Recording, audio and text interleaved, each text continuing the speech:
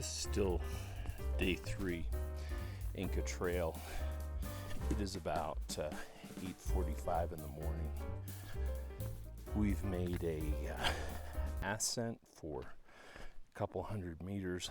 It was actually quite tough. Lots of people were complaining of calf soreness and hip flexor. Myself, just my hips were a little tight, not too bad. Part of the purpose of these audio recordings, quite frankly, is to be my journal of this experience, to also just tell a story and share my experience, my tips, my trials and tribulations. For me, I'm fairly tall. I'm 6'2", and not real thin. And hiking poles are critical, quite frankly, on the up and the down. And learning some hiking pole techniques, if you're here with guides, which you have to have a guide if you're hiking the Inca Trail, they really kind of help you out with pole length, pole placement. Make sure you ask their input if they don't tell you, but I imagine they would. This is September, before rainy season. I almost hate to say we haven't had rain yet for fear of that.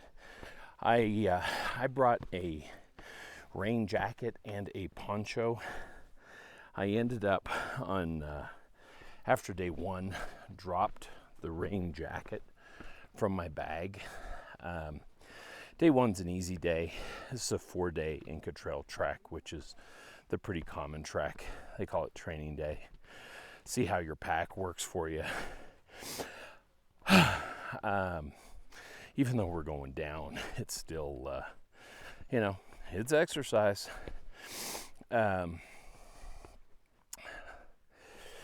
Anyways, I dropped that off, so I'm just carrying a poncho just as a safety measure. It is a little tough carrying some audio equipment because it is a little bit heavy. I'd been advised really not to record anything by friends and just say, let this be a spiritual journey. But frankly, this is my journal. This is, instead of me sitting down and writing something, and I've been doing that at the end of the day and in the morning time. But frankly, I haven't done that much of that. This is my therapy. This is my time to kind of be alone at my thoughts. I see these beautiful mountains on both sides of me. We're getting into more rainforest area now. Beautiful birds. Off to my right, there's sort of a little bit of a lagoon off to the right as well. These rocks are rough on your ankles, and I know that was a pivot. If you're trying to get yourself ready for this, doing stairs, and even if you're in a spot where there's only like 2 stories, you go up, you go down. I would definitely make sure you don't skip the down. I think the down is actually very dangerous. Going up is cardiovascularly challenging and difficult. As I've reported before, day 2's the tough cardiovascular day. I kind of did heart rate monitoring, and as soon as I hit about 150, 155, 160, I was pretty out of breath.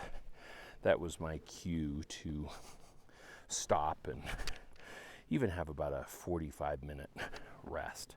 And I was not going a fast pace, but when you're at altitude, we are taking Diamox. First time I've taken it. Side effects are numbness and tingling. They say take it.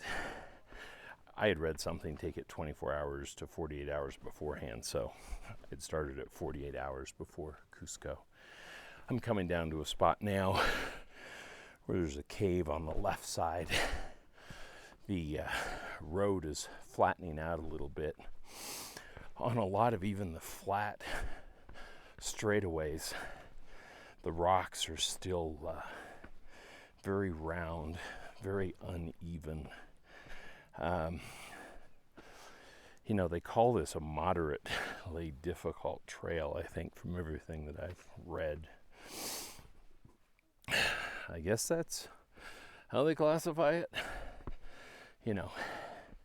This is doable. As I've said on prior things, if you've listened to, it's pretty amazing what you can do if you go your own pace and know when to kind of slow down, know when to rest, make sure you hydrate. We've used water filters. We use one of those, kind of the smaller platypus water filter.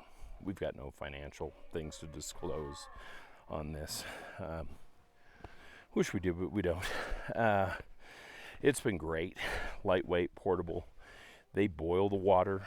Giardia is kind of the main thing to worry about. The filter itself will filter that out, but we just use it as an extra step of precaution. Being on this trail, doing this hike with diarrhea would be make something that's difficult incredibly, incredibly difficult.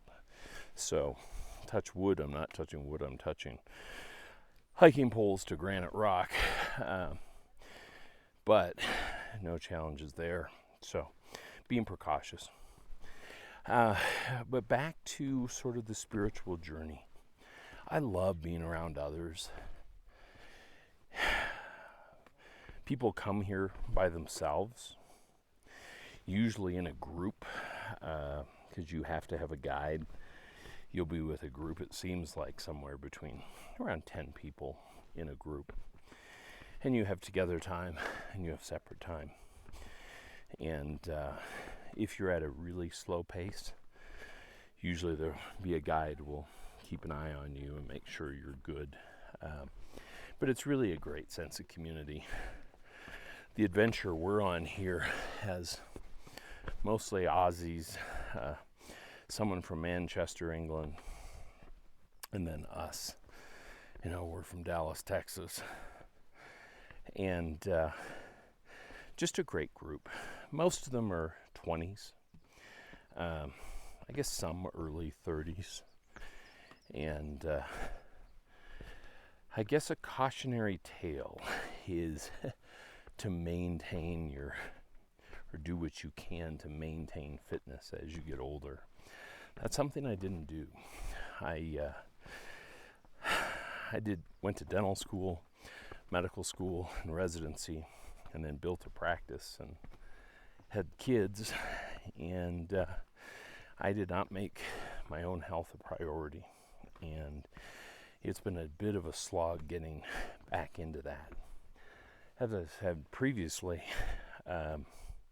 past year and a half I've done something every day, but that something's kind of been a minimal amount, 15 minutes a day. Quite frankly, it made it easier to kind of ramp up my training before this. Only had about a 1 month runway after we made the decision.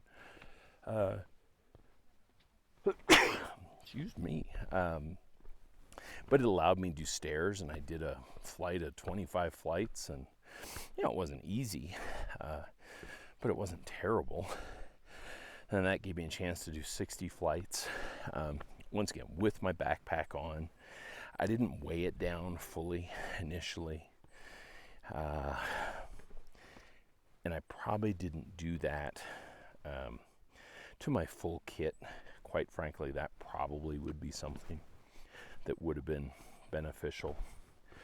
But anything you can do to go over uneven surfaces to help your ankles would be helpful. Incline on a treadmill. Crank it up and go slow. You don't have to go fast, especially if you're older. You got to listen to your body. My ankle 10 days before we took off was giving me trouble, and I've had trouble with that ankle previously, and my ankles said no go, and I had to back off things a little bit and really stretch out my calves. And so far, it's been okay. The blessing when things are so kind of challenging from a cardiovascular standpoint on the Inca Trail, you don't really notice things like blisters, of which I have one on my right foot that's bandaged. It's doing okay. Today, I talked previously about just wearing one pair of socks. I'd read about wearing 2 pairs of socks, real thin one on the inner and medium on the outer. So I'm trying that today. Never good to try something on an active adventure, but what I was doing wasn't working. So I guess that's one of the things in life. Maybe that's part of the spiritual journey here is if what you're doing in life is not working, an appropriate person, I think, sort of interacts with the environment, get the best information from the environment around you, and then figure out if you got to make a change. And so that's what I did today. There's been a lot of that with what goes in your day pack, what doesn't go in your day pack, how much water do you need. You can buy water, quite frankly, beer, Gatorade, treats, all that kind of stuff on the trail at multiple points. As you go higher up and further into the trek, there's less availability of things like Wi-Fi. I've had no cell service for 2 days. You can get Wi-Fi at a couple spots, but you basically have to pay for all kinds of stuff. Recommendation, make sure if you get money from a change station or bank, try to get small bills. A lot of coinage with one sol, but 5s and 10s, I think they've got 5s and 10s and 20s are wonderful. It's hard to change hundreds. It's hard to change 200s. Banks love to give you 200s, so just be mindful of that. Not that you can't use them like in bigger cities, but if you come into Lima or Cusco, try to use your larger bills and change them out for smaller stuff there. What am I learning today from just a spiritual standpoint? I had Steph walk with me for the initial ascent. And once again, this is day 3. We probably had about 300 meters or so that we were going up. It was a brutal way to start the day, frankly. I'm looking at an absolutely beautiful bird right now. Super duper tiny. You know, we're still up at high elevation. Beautiful colors. But I had Steph. She is cardiovascularly fit. Very fit. In fact, she kind of had a bit of a challenge run with some mid-20-year-old, very fit, very athletic footballers from Aussie. And I think kind of mopped the Inca Trail with them. If those guys are listening to this, you know, I'll say, okay, maybe it was close, but I didn't see it. I was way back. But Steph and I hiked today. It was actually tough. I think it's tough hiking with someone on a trek like this when you have different levels of cardiovascular fitness, especially if one is fairly competitive. You know, Steph's kind of like a wild Mustang that, man, hard to hold back a wild Mustang, and probably not good for the animal, and it's difficult for the animal. And for me, going at my own pace, oh boy, it's an absolute blessing. Bad things can happen when you don't go at your own pace. From a cardiac standpoint, I'm pushing myself, I'm going a little too fast, you're going to roll an ankle. That's tough. For me, I end up getting a pair of hiking boots that had really good, it's a hiking boot. It's got great ankle protection. once again, I bought them a month before the trip. Probably put maybe about 100 miles, maybe more on them. My intent was to actually have those plus some low-rise hiking shoes that I was going to switch out, but weight-wise didn't work. Gore-Tex, with me, my feet sweat and get hot, thus the blister, and my plan was to switch out shoes during midday, but that didn't work due to weight. I did get a pair of ultralight sandals, so on days where we stop and kind of have a proper lunch, like today I think that's going to happen, I'll probably take my socks off, take my soles out of my shoes, and just try to air things out for that period of time. But definitely make sure you've got great hiking boots. We ended up going with Ultra ALTRA, I think it is, no financial affiliation. And get them early, break them in, see how you like them. I really like the treads on the bottom of these things, because I'm telling you, this is not a flat trail. I'm on a flat spot right now, and these rocks are bonkers. Nothing's flat. And coming from America and hiking Smoky Mountains and Big Bend National Park, I've never seen anything like this before, and that's what makes it such a different challenge. So let's talk about challenges, and why, why go see Machu Picchu? Some would say because it's there, and it's got certainly historical significance. It's a sacred site. I hear it's quite beautiful. We'll kind of figure that out. For me, it was trying to figure out not so much about Machu Picchu, but more so the Inca Trail, and trying to figure out how do I feel when I push myself physically. I was quite nervous going into this adventure. I didn't think I had trained enough, which frankly I hadn't. There were lots of unknowns that kind of worried me. I don't like known unknowns and unknown unknowns.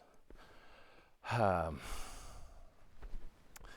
it was a challenge, and I think for myself, I don't grow if I don't put myself out there and challenge myself. And this is probably one of the biggest challenges that I have faced. I've done 70.3 Ironman triathlons, 3 of them, and a bunch of shorter distance. I had a little more runway to train for those. I was early 40s, a little bit of a different time.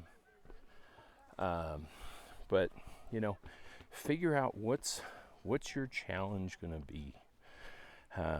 Do you need to push yourself? Do you need someone to push you? Do you need to push someone else? Getting an event, a physical event on the calendar 6 months down the road can be a great incentive to really ramp up your training. And so that was the one downside, that we picked this fairly early, or fairly late, correction. So, but so far, it's been an amazing adventure. It's been brutal. It's been wonderful.